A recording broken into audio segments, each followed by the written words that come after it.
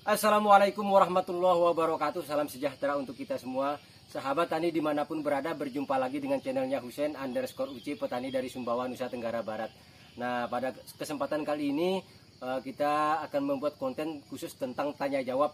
Dan insya Allah nanti juga ke depan kita akan buat playlist khusus tentang tanya jawab terkait dengan pertanyaan-pertanyaan yang selalu disampaikan oleh sahabat tani kita, baik melalui kolom komentar YouTube, kemudian juga melalui media sosial lainnya seperti WA, Facebook, yang kebetulan belum sempat saya jawab. Mohon maaf sebelumnya sahabat tani, karena kondisi ada kesibukan di luar kebun, sehingga pertanyaan-pertanyaan sahabat tani belum bisa terjawab semua. Untuk itu kita akan membuat sesi khusus, yaitu sesi tanya jawab, atau yang kita singkat dengan STJ.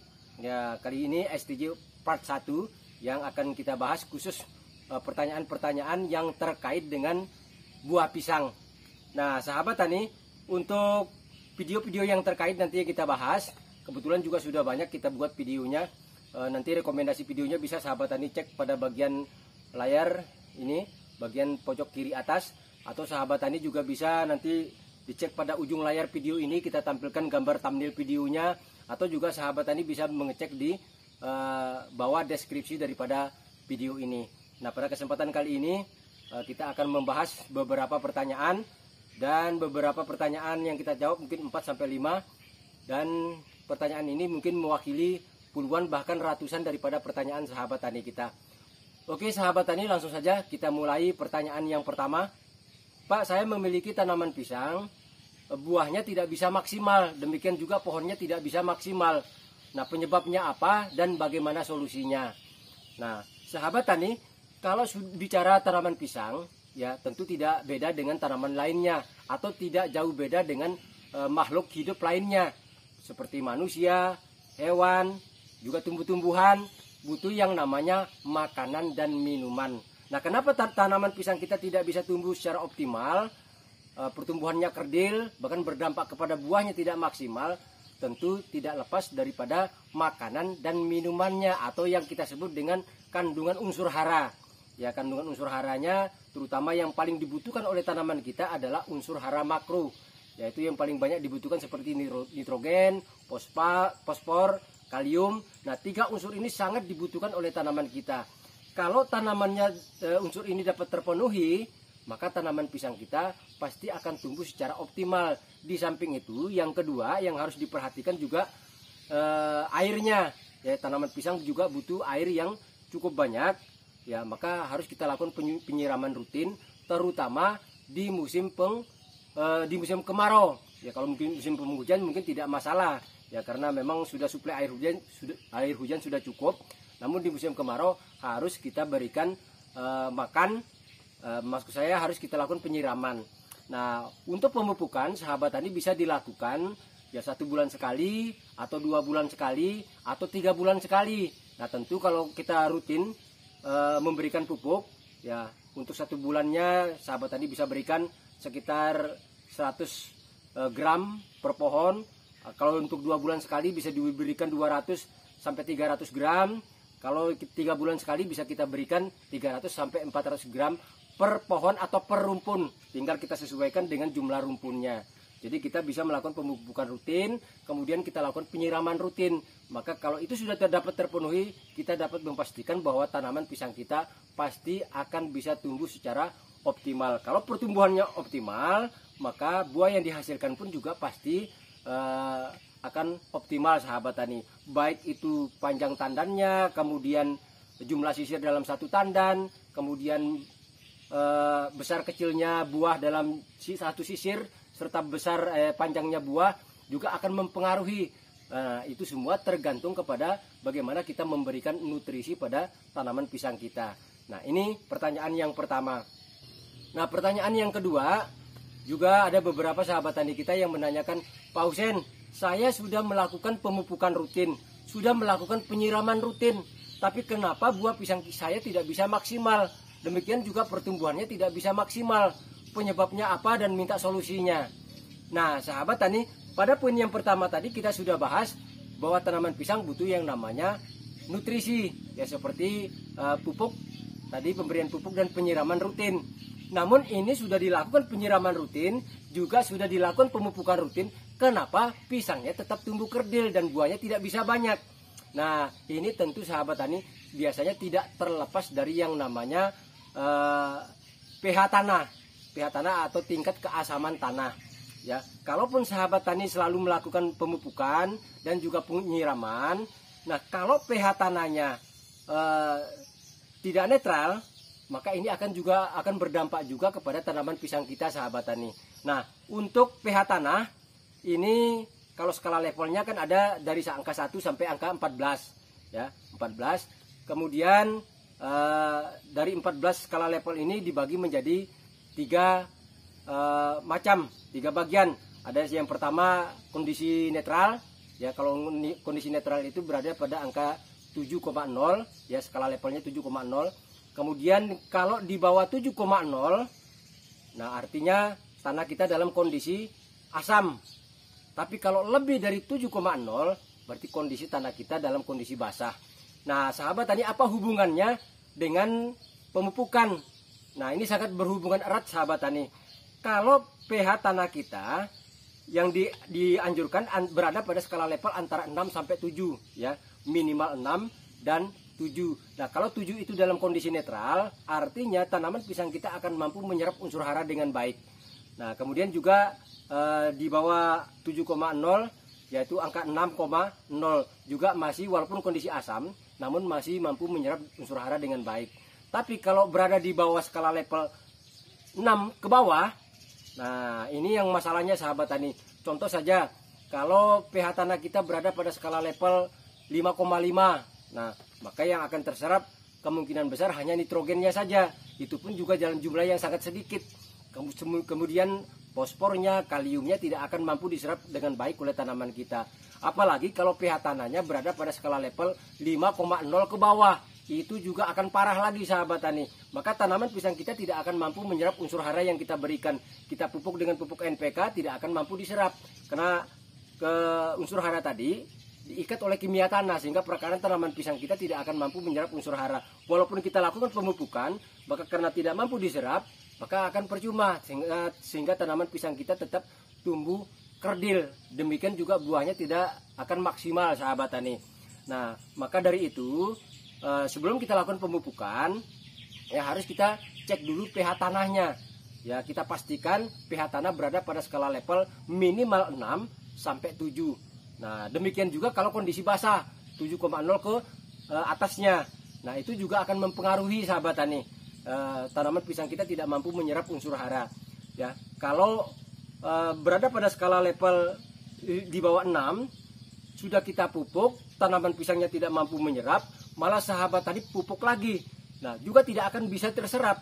Justru bukannya tanaman pisang kita mendapatkan manfaat dari pupuk yang kita berikan, malah justru jadi keracunan nih sahabat tani. Bukannya sehat malah jadi sakit ya, akan gampang terserang penyakit. Nah maka itu perlunya sahabat tani harus memberikan kapur dolomit ya. Kita cek dulu, kemudian kita berikan kapur dolomit, dan pemberian kapur dolomit pun juga harus sesuai dengan dosisnya, tidak boleh asal-asalan ya. Pada 2 video ini dulu sudah kita bahas tentang alatnya, cara melakukan pengujiannya, kemudian cara menentukan dosis pemberian kapur dolomit yang pas. Nah sahabat tadi bisa cek saja, nanti saya rekomendasikan 2 video ini pada bagian atas, kiri atas daripada video ini. Nah pertanyaan berikutnya yang ketiga, nah sahabat tani kita ada juga banyak yang menanyakan, Pak Husein, saya sudah melakukan perawatan jantung pisang berupa sunat jantung, tetapi kok buahnya tetap saja terdapat korengan atau bores ya. Kemudian juga ada juga yang berhasil, namun buahnya tetap terdapat bintik-bintik hitam yang tebal ya, padahal pada awalnya usia 1 bulan 2 bulan buahnya bersih, kemudian berikutnya terdapat noda-noda hitam. Kemudian ada juga noda-noda hitam yang memanjang pada buah pisang. Nah itu penyebabnya apa Pak? Tolong penjelasannya. Nah sahabat tani, yang pertama, ini ada 3 pertanyaan ini. Yang pertama masalah jantung pisang ya. Pada saat kita lakukan perawatan itu jangan sampai telat ya. Kita rawat buah pisang pada saat berdiri tegap seperti ini, begitu usia 2 hari itu udah langsung dilakukan perawatan. Ya jangan terlambat, 2 hari atau maksimal 3 hari sudah kita lakukan pemangkasan, kalau entah pola injeksi atau juga pola suntik atau juga pola sunat jantung dengan cara dipotong kemudian disemprot. Nah ini jangan sampai telat, karena kalau telat kita lakukan pemotongan atau sunat jantung atau perawatan pada jantung pisang, maka bisa saja larva atau ulat ya, yang kena penyebabnya adalah ulat yang masuk ke dalam buah atau jantung pisang tadi. Pada saat kelopak penutup buahnya sudah mulai terbuka, dia akan masuk. Nah kalau sudah masuk, sahabat tani lakukan perawatan itu akan percuma, walaupun sudah dirawat, disemprot, ya tetap saja nanti akan korengan, atau ada juga yang menyebut gores ya, atau korep ya, atau seperti ciri-ciri coklat mengeras dan buah pisang tidak akan bisa berkembang. Nah ini yang pertama, jangan sampai terlambat. Nah yang kedua, kalau sahabat tani sudah melakukan sunat jantung, buahnya sudah bening, sudah bersih, ternyata terdapat noda-noda hitam, bintik-bintik hitam, ya kadang tipis, kadang tebal. Nah bintik-bintik ini itu biasanya disebabkan oleh penyakit sigatoka atau penyakit bercak daun. Jadi pada saat tanaman pisang kita sudah terserang penyakit bercak daun, ya, atau penyakit sigatoka, nah itu akan turun ke buahnya sahabat tani, sehingga pada buah itu nanti akan terdapat bintik-bintik hitam. Ya maka usahakan kalau ada tanaman pisang yang sudah terserang penyakit sigatoka, daun yang sudah terinfeksi harus dipangkas kemudian dilakukan penyepraian ya, agar tidak turun ke buahnya, apalagi kalau udaranya kencang atau pada musim penghujan, karena penyakit ini paling cepat menular melalui udara yang kencang ditambah dengan air hujan, itu akan cepat sekali penularannya. Maka sahabat tani tentu buahnya harus dibungkus ya, biar tetap bersih buahnya. Kemudian terdapat noda hitam memanjang pada buah pisang. Nah penyebabnya itu disebabkan oleh gesekan yang ada antara daun pisang dengan buah pisang. Maka kalau pisang kita sudah berbuah keluar, maka daun-daun yang dekat dengan buah usahakan harus dipangkas. Jangan sampai ada yang dekat dengan buah atau bersentuhan, karena nanti begitu ada angin akan terjadi gesekan. Nah terjadi gesekan, pada akhirnya akan terjadi noda hitam pada buah pisang, kadang-kadang juga memanjang. Nah ini penyebabnya sahabat tani. Nah bagaimana caranya agar buah pisang kita tetap bersih? Ya tadi kita lakukan sunat jantungnya jangan sampai terlambat, pada usia 2 hari sudah, paling lama 3 hari, hari ketiga paginya sudah kita lakukan sunat jantung, kemudian kita lakukan penyepraian. Dan penyepraiannya, obatnya yang harus digunakan adalah obat untuk mengatasi serangga ulat. Nah pada video ini sudah saya bahas obat yang harus sahabat tani gunakan. Ya harus menggunakan insektisida sistemik ya, jangan menggunakan kontak atau lambung ya, karena itu nanti percuma. Yang sistemik yang kita gunakan, sehingga pada saat kita lakukan penyepraian maka serangga-serangga tidak akan mendekat ke situ sampai buah pisang kita keluar ya. Jadi insektisida sistemik yang khusus menangani mengatasi penyakit yang namanya hama ulat ya. Nah kemudian setelah buahnya keluar semua, setelah kita pangkas bunga jantannya, kemudian juga kita pangkas jantung pisangnya, nah harus dibungkus. Bisa dibungkus dengan menggunakan karung besar atau karung gabah, atau juga bisa digunakan plastik pembungkus buah, terutama untuk buah pisang. Nah agar buahnya tetap bersih, dan pastikan seluruh daun-daun yang dekat dengan buah kita lakukan pemangkasan. Nah dengan cara seperti ini, dan buah pisang kita pasti akan bersih, mulus, glowing. Nah inilah caranya sahabat tani. Kemudian yang keempat, nah yang juga selalu ditanyakan oleh sahabat tani kita, Pak Husen, kenapa tanaman buah pisang saya kok nggak bisa padat-padat, kok lama? Apakah ada pengaruhnya karena musim kemarau? Nah mohon jawabannya. Nah pertanyaan ini juga banyak ya sahabat tani kita yang menanyakan, buah pisangnya kok lambat sekali, nggak besar-besar, nggak padat-padat, usia sudah 2 bulan ke atas ya, 2 bulan setengah mestinya sudah berbentuk bulat ya, bulat panjang, tetapi ini tidak padat berisi. Nah apa penyebabnya? Nah penyebabnya ada beberapa sahabat tani. Satu bisa juga tadi pada poin pertama dan kedua adalah kekurangan nutrisi ya. Yang kedua biasanya kalau di musim kemarau itu karena kekurangan air. Walaupun pada saat buah pisang kita sudah keluar bagus ya, banyak, tandannya juga panjang, tetapi kalau kekurangan air maka buahnya itu padat, lambat, nggak bisa cepat padatnya. Maka sahabat tani di musim kemarau harus tetap menyiram tanamannya, yaitu paling tidak 10 hari, yang bagus 10 hari sekali, atau paling lambat-lambatnya 2 kali dalam 1 bulan, agar selain pertumbuhan tanaman pisang kita akan maksimal, nah pisang yang sudah berbuah juga akan lebih cepat besar, lebih cepat padat, ya. Jadi 2 hal ini sahabat tani yang mempengaruhi, bisa karena unsur haranya yang kurang atau juga karena kekurangan air, ya, terutama di musim kemarau. Nah, kemudian pertanyaan berikutnya, nah yang kelima ini kesimpulannya sahabat tani.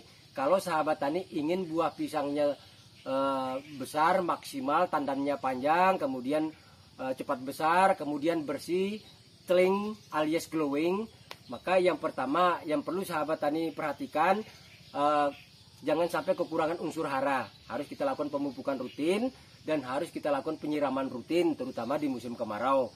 Kemudian yang kedua, pada saat jantung pisang kita sudah keluar, baru usia 1 hari, tegak lurus seperti ini, segera lakukan perawatan jantung pisangnya dengan cara disunat jantung. Kalau kita menggunakan pola sunat jantung, atau bisa disuntik, atau juga bisa menggunakan sepet. Maksud saya kalau suntikannya harus menggunakan sepet khusus untuk buah pisang, ya.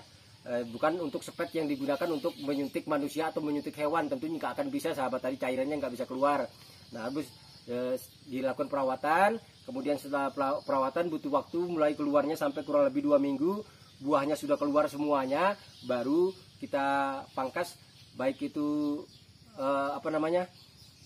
ini bagian ujung buah pisang itu kita pangkas, kemudian juga jantung pisangnya, begitu buah yang tidak produktif, artinya buah yang paling bawah itu tidak merata, ada yang kecil ada yang besar, nah itu buah terakhir yang akan keluar, itu namanya buah yang tidak produktif. Adapun berikutnya tetap akan terbuka, tetapi nanti akan berguguran. Nah, itu setelah keluar buah produktif tidak produktifnya pun juga kita pangkas, baru kita potong. Setelah itu baru kita lakukan pembungkusan. Nah, kemudian berikutnya jangan lupa tetap tadi penyiraman dilakukan secara rutin. Kalau di musim penghujan mungkin tidak masalah, tetapi kalau di musim kemarau sahabat tani harus melakukan 10-15 hari sekali penyiramannya, agar buah pisang kita nanti yang sudah berbuah akan lebih cepat besar buahnya, lebih cepat tua, dan yang fase pertumbuhan juga akan lebih maksimal, ya. Karena kalau tidak kita lakukan penyiraman air, fotosintesis tidak akan berjalan dengan baik walaupun sinar mataharinya cukup. Kemudian di samping itu juga tanaman pisang walaupun tidak kita siram tetap mampu bertahan hidup, karena memang di pelepah-pelepahnya terdapat air, ya, menyimpan air. Namun dampaknya ya tadi tanaman pisangnya akan menjadi pertumbuhannya tidak maksimal dan buahnya akan terlambat besarnya sahabat tani. Oke sahabatku semuanya, saya rasa ini saja pertanyaan yang jawaban yang dapat saya sampaikan dari pertanyaan sahabat tani. Mudah-mudahan informasi ini bisa bermanfaat, dan nanti berikutnya kita akan membuat video konten lainnya tentang tanya jawab, dan bisa sahabat tani cek saja di ujung layar video ini, selalu nanti akan kita tampilkan gambar thumbnail playlistnya dan juga gambar-gambar yang terkait dengan pokok pembahasan dan pertanyaan kita. Oke sahabatku semuanya, terima kasih atas segala perhatiannya dan mohon maaf atas segala kekurangannya. Wassalamualaikum warahmatullahi wabarakatuh. Salam sejahtera dan sukses selalu untuk kita semua.